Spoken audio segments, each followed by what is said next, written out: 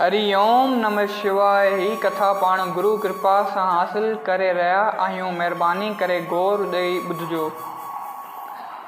संत कबीर वॾो अद्भुत ज्ञानी थियो आहे ऐं सभु कंहिं में ईश्वरी नूर ॾिसंदो हुओ। अहिड़ो ज्ञान हुअणु घणनि जन्मनि जे शुभ कर्मनि जो फल थिए थो। हिकु समय कबीर साहिब जे घर के संत आया। उन वक़्तु घर में इन्हनि जी रसोई लाइ सीधो या धन उन वटि कुझु कोन हुओ। त कबीर साहिब पंहिंजी घरवारी खां पुछियो त छा कजे। इन चयो त स्वामी, को त उपाय ज़रूरु करणु घुरिजे। ऐं चयाईं त मां जीअं खूह तां पाणी भरणु वेंदी आहियां, उन जे लॻ हिकु दुकानदार आहे जो मलीन बुरनि ख़्यालनि वारो आहे ऐं मुंहं में बुरी नज़र अथसि। आज्ञा थिए त उन खां सीधो वठी अचां। मूंखे ॾिसी हू यकदमि सीधो ॾींदो। कबीर चयो त भले वञ। आज्ञा पाए कबीरदास जी घरवारी उन वटि वेई। हू त हुन जे शरीर ते मौत हुओ, सो हिन खे आयो ॾिसी ख़ुशि थियो ऐं यकदमि पुछणु लॻसि त छा खपे, जेको घुरी सो ॾियां। कबीर साहिब जी घरवारी घुर्ज जेतिरो सामान सीधो वठी घर आई ऐं आयल संतनि खे रसोई ठाराए खाराई, ख़ुशि कयाईं। राति थी त कबीरदास जी घरवारी लोई चयो त स्वामी, वाणी चयो हो त राति जो बचिजां। कबीर साहिब चयोसि त हा हल त मां तोखे छॾे अचां।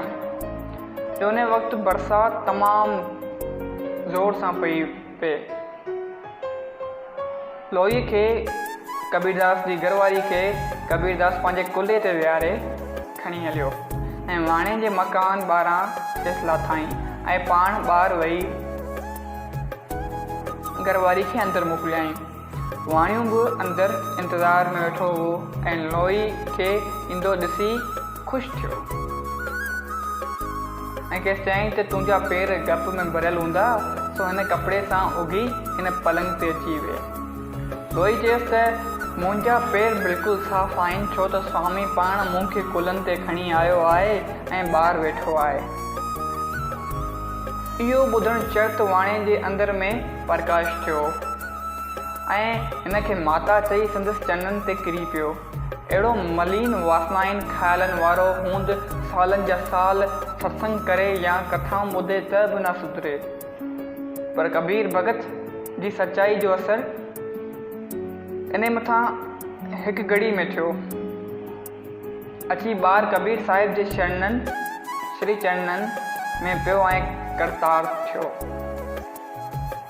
माण्हुनि जो कबीर जे हिन कम जो ॿुधो सो चवणु लॻा त कहिड़ो न नीच लिखिबो जो थोरी सीधे लाइ अहिड़ो कर्म करण लाइ तयारु थियो।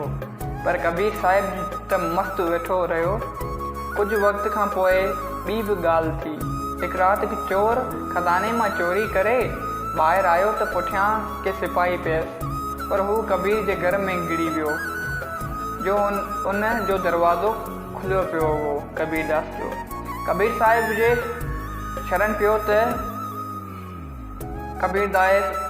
कबीरदास इन खे पंहिंजे धीअ सां गॾु खट ते सुम्हारे छॾियो, जंहिं करे पुलिस वारनि खे शक बि न पियो। कबीर साहिब जी ॾाढी गिला थियणु लॻी, जंहिं ते कबीरदास हिकु शब्द उचारियो जो गुरु ग्रंथ साहिब में दर्ज थियल आहे। इहो प्रसंग 9 अध्याय जे 15 श्लोक हेठां ॾिनल आहे। उन शब्द मां कबीर साहिब जी ऊची दृष्टि थी साबित थिए। हू चवे थो त ए माण्हू, जॾहिं मुंहिंजी नज़र में सभिनी में हिकु परमात्मा ई थो वसे, तॾहिं अव्हां छो था दुखी थियो।